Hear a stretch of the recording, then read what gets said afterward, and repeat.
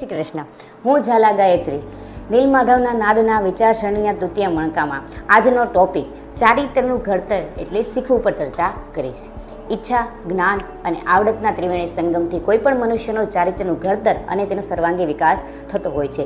ગુરુ કે શિક્ષક એ તાલીમ કે કેળવણી દ્વારા મનુષ્યને જ્ઞાન આપે છે અને તેમાં રહેલી આવડત બહાર લાવે છે. પરંતુ વ્યક્તિની શીખવાની ઈચ્છા જ નથી તો વ્યક્તિના ચારિત્રના ઘડતરમાં ઉણપ રહી શકે છે.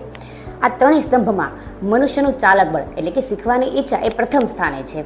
શીખવું એ એવો દ્વાર છે જે કેવળ અંદરથી ખુલે છે. આપણે ઘોડાને બળજબરીથી પાણી પાસે લઈ જઈ શકીએ, પરંતુ ઘોડાને પાણી પીવાની ફરજ પાડી શકતા નથી. એવી રીતના જ ગુરુ અને શિક્ષક એ કામધેનું સ્વરૂપ છે. વ્યક્તિના હાથમાં છે કે જ્ઞાનરૂપી અને વિદ્યારૂપી અમૃત કેટલું અને કેટલા પ્રમાણમાં મેળવવું.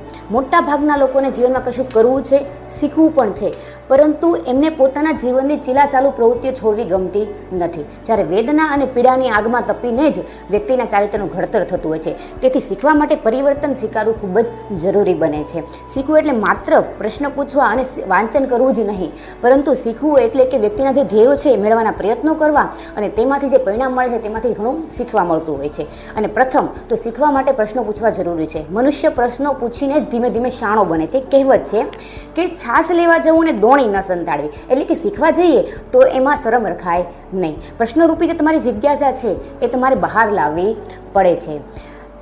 જો જિજ્ઞાસા છે પરંતુ નમ્રતા નથી તો વ્યક્તિ નવું શીખી ન શકે. કારણ કે જિજ્ઞાસા અને નમ્રતા બંને જોડકી બહેનો છે. એટલે જ્યારે પણ તમે નવું શીખવા જાઓ તો પ્રશ્નો પૂછો છો તો તમારે નમ્રતા હોવી જરૂરી છે.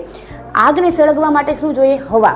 તો હવા છે તો એવી રીતના આપણા મનુષ્યના જીવનને ઘડતર માટે હંમેશા નવું નવું શીખવું ખૂબ જ જરૂરી છે. અને જે વ્યક્તિના જીવનમાં એ આગ ભભૂકી ઉઠે કે શીખવું છે મારે, તો એ વ્યક્તિ શીખવાના બધા જ રસ્તા શોધી કાઢે છે અને પોતાના ગુરુ કે શિક્ષક પાસેથી આ બંને જે પાયા જે છે એ પણ આરામથી શીખી લે છે. તો આપણે પણ એવા પ્રયત્નો કરીએ કે આપણા ગુરુ અને જે આપણા શિક્ષક આપણને શીખવે છે તો એમાં આપણી ઈચ્છા જાહેર કરીએ.